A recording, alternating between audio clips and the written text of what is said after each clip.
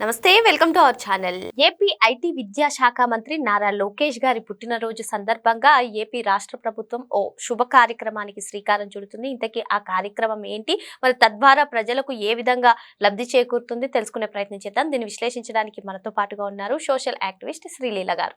నమస్తే మేడం. నమస్తే.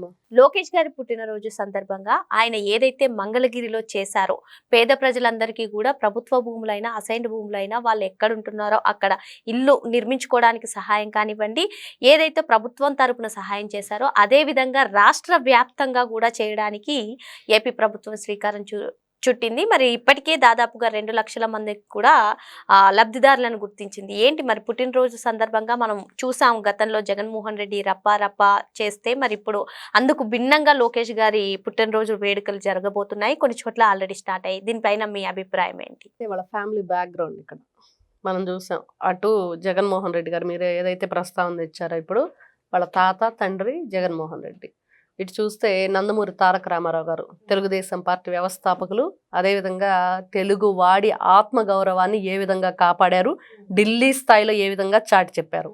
మరి అదేవిధంగా నారా చంద్రబాబు నాయుడు గారు, లోకేష్ గారి తండ్రి, మరి ఆయన హైటెక్ సీఎంగా ఏపీ బ్రాండ్గా ఈ రోజున మరి ఎంత గొప్పగా ఒక చరిత్రను సృష్టించారు. ప్రపంచవ్యాప్తంగా ఆయనకు అభిమానులు ఉన్నారు.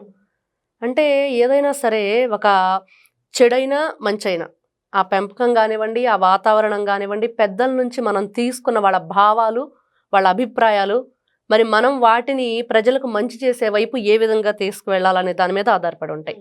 ఖచ్చితంగా ఒక తాతకు తగ్గ మనవడుగా, తండ్రికి తగ్గ తనయుడిగా నారా లోకేష్ గారు మరి తనని తాను ఏ విధంగా అన్ని విధాలుగా కూడా ఎన్ని మలుపులు, ఎన్ని అడ్డంకులు, ఎన్ని అవహేళనలు, ఏ విధంగా ఆయన హేళన చేశారు అన్నీ చూసాం మనం. మరి ఆ తగిలే రాళ్ళని పునాదులుగా చేసుకుని నారా లోకేష్ గారు ఏ విధంగా ఎదిగారు, ఎక్కడా కూడా ఎప్పుడూ కూడా కృంగిపోలేదు. ఎక్కడా కూడా తను డిసప్పాయింట్ అయిపోయి అబ్బాయి ఇంకెందుకు ఇక్కడ వెళ్ళిపోదాం, నేను ఇక్కడ అసలు ఇండియాలో ఎప్పుడు కూడా చదువుకోలేదు కదా, అక్కడికే వెళ్ళిపోదాం, తెలుగు రాదని తెలుగు నేర్చుకున్నాడు, తెలివిగలవాడిని నిరూపించుకున్నాడు, ప్రజల మనసు గెలుచుకున్నాడు. ఈ రోజున ఆయన ఓడిపోయినప్పుడు కూడా నారా లోకేష్ గారు మంగళగిరికి చేశారు. గెలిచిన తర్వాత చేయటం కాదు, గెలవకుండా వాళ్ళు ఆ రోజున ఓడించినప్పుడు కూడా ఎప్పుడైనా సరే నేను ప్రజానాయకుడిని, అది ఓడినా గెలిచినా నేను ప్రజల్లోనే ఉంటాను, ప్రజల గుండెల్లోనే ఉంటాను, వాళ్ళ కోసం నా తపన నా తాపత్రయం అంతా అనేది తండ్రి నుంచి ఆయన పుణికిపుచ్చుకున్నారనేది ఇక్కడ అక్షరాల మనకు కనిపిస్తోంది. ఏదైతే తన నియోజకవర్గంలో చేసి చూపించారో ఇప్పుడు తన పుట్టినరోజు సందర్భంగానే రాష్ట్ర వ్యాప్తంగా చేయడం ఏంటిది, ఏ విధంగా? ఈ నందమూరి తారక రామారావు గారు కూడు గూడు గుడ్డ, ప్రతి మనిషికి కూడా ఉండటానికి ఇల్లు, తినటానికి తిండి, కట్టుకోవడానికి బట్ట, ఇవి ఉంటే మెయిన్. ఇంకా ఏ పని చేసుకున్నా ఎక్కడున్నా వచ్చి ఆ గుట్లో పడుకుంటాడు, టయానికి ఒక ముద్ద తింటాడు, బట్టలు అప్పుడు జనతా వస్త్రాలు కానివ్వండి, మరి అదేవిధంగా 2 రూపాయల కేజీ బియ్యం కానివ్వండి, ఇవన్నీ కూడా ఏ విధంగా నందమూరి తారక రామారావు గారు తీసుకొచ్చారో మరి ఆ పేదవాడి సొంతింటి కళ నెరవేరాలంటే మనం ఏం చేయాలి? ఈ రోజున మనం చాలా సందర్భాలు ఏ ప్రయాణం చేస్తున్నా కూడా ఆ రోడ్లు పక్కన చిన్న చిన్న పాకల్లాగా వేసుకుని, లేకపోతే చిన్న చిన్న పరదాలు లాంటివి అడ్డం కట్టుకొని వాళ్ళు బిక్కుమంటూ బ్రతుకుతూ ఉంటారు. అది అసైన్డ్ భూములా లేకపోతే ఎట్లాంటివో ఎవరికీ తెలియదు. మరి ఆ భూముల్ని, ఆ చరిత్ర ఏంటి, ఆ ఊర్లో ఆ భూముల విషయం ఏంటి, పూర్తి వివరాలు తీసుకొని ఎవరైతే హక్కు అర్హత కలిగి ఉన్నారో వాళ్ళకి ఆ భూమిని పూర్తి స్థాయిగా వాళ్ళ పేరున రిజిస్ట్రేషన్ చేయించటం అంటే ఎంత గొప్ప ఆలోచన. ఈ రోజున ప్రభుత్వ ఆస్తుల్ని కొట్టేసే వాళ్ళని చూసాము, ప్రజల్ని నిలువుదోపిడీ చేసే వాళ్ళని చూసాము, రాష్ట్రాన్ని సర్వనాశనం చేసేసి 30 సంవత్సరాలు వెనక్కి తీసుకెళ్ళిపోయి ఎవరి గురించి కూడా ఆలోచించకుండా ఎంత దారుణంగా వారి పరిపాలన కొనసాగించారో చూసాం. పేదవాడి రక్తాన్ని పీల్చే జలగల్లాగా వాళ్ళు ఆ రోజున పరిపాలన కొనసాగించారే తప్పించి మరి చూసాం ఈ మద్యం కుంభకోణం కానివ్వండి, ఇంకోటి కానివ్వండి, సన్న బియ్యం ఇస్తానని చెప్పేసి ఎవడిస్తానన్నాడు అని చెప్పేసి మాట్లాడే విధానం, ఇవన్నీ చూస్తూ ఉన్నప్పుడు ఒక మంచి నాయకుడు, ఒక ప్రజానాయకుడు, ప్రజల కోసం పేదవాళ్ల కోసం పుట్టిన నాయకుడుగా మరొక్కసారి నారా లోకేష్ గారు చరిత్ర సృష్టించారు. అంటే ఒక మనిషి సంకల్పం, అది శుభ సంకల్పం అయితే ఎలా ఉంటుంది, లోక కళ్యాణం కోసం మనం చేస్తే ఎలా ఉండిద్ది, ఆలోచన గొప్పదైనప్పుడు మరి అది ఏ విధంగా ముందుకు తీసుకువెళ్తున్నట్టు భగవద్ అనుగ్రహం కానివ్వండి, ప్రజల అండదండలు కానివ్వండి, తోటి వారి ఏదైతే సపోర్ట్ కానివ్వండి, ప్రతి ఒక్కరూ కూడా సపోర్ట్ చేస్తారు, ఎవ్వరూ అపోర్ట్ చేయరు. ఇప్పుడు తల్లికి వందనం చూసాం మనం. రోజున వైఎస్ఆర్సీపీ పార్టీకి సంబంధించిన వ్యక్తులు కూడా పార్టీ విభేదాలు లేవు, ఎవరిని కూడా ఎక్కడా కూడా పార్టీ ముఖంగా చూడలేదు, కుల విభేదాలు లేవు, అందరికీ వర్తించింది. కానీ వైఎస్ఆర్సీపీ పార్టీ అధికారంలో ఉన్నప్పుడు అది జరగలేదు. ఈ విధంగా మనం చూసుకుంటూ వెళ్తే అసలు వాళ్ళతో పోల్చడానికి కూడా మరి వాళ్ళు సమవుజ్జీలు కాలేరు ఈ విషయంలో. కాబట్టి నారా లోకేష్ గారు బర్త్డే సందర్భంగా ఏదైతే ఒక సంచలనమైన నిర్ణయం అనుకోవాలి, ఒక శుభ సంకల్పానికి వీళ్ళు పునాది వేశారు. ఇది యాక్చువల్గా నార్మల్గా మీరు అన్నట్టుగా కాకుండా పుట్టినరోజు వేడుకలు అంటే మొత్తం డిఫరెంట్ గా చేసుకుంటారు. కేక్ కట్ చేసామా లేదా, లేదంటే టపాసులు కాల్చామా అన్నట్టుగా. కానీ అసలు ఒక ఐటీ మినిస్టర్ అంటే మనం చూస్తూ ఉంటాము ప్రజాప్రతినిధుల బర్త్డే సెలబ్రేషన్స్ ఏ విధంగా చేస్తారు. అందుకు భిన్నంగా ఏంటి ఈ ఆలోచనని ఏ విధంగా చూడాలి?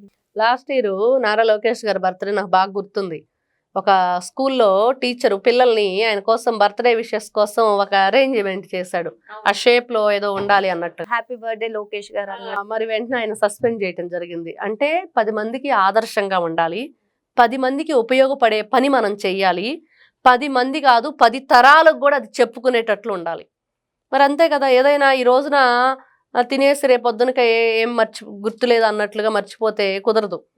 ఈ రోజున ఏదైనా సరే తరతరాలకు అది చెరగని చిరునామా లాగా ఉండాలంటే ఏం చెయ్యాలి అంటే, ఈ రోజున నందమూరి తారక రామారావు గారు పార్టీ పెట్టి 45 ఏళ్ళు పైన అయిపోతుంది.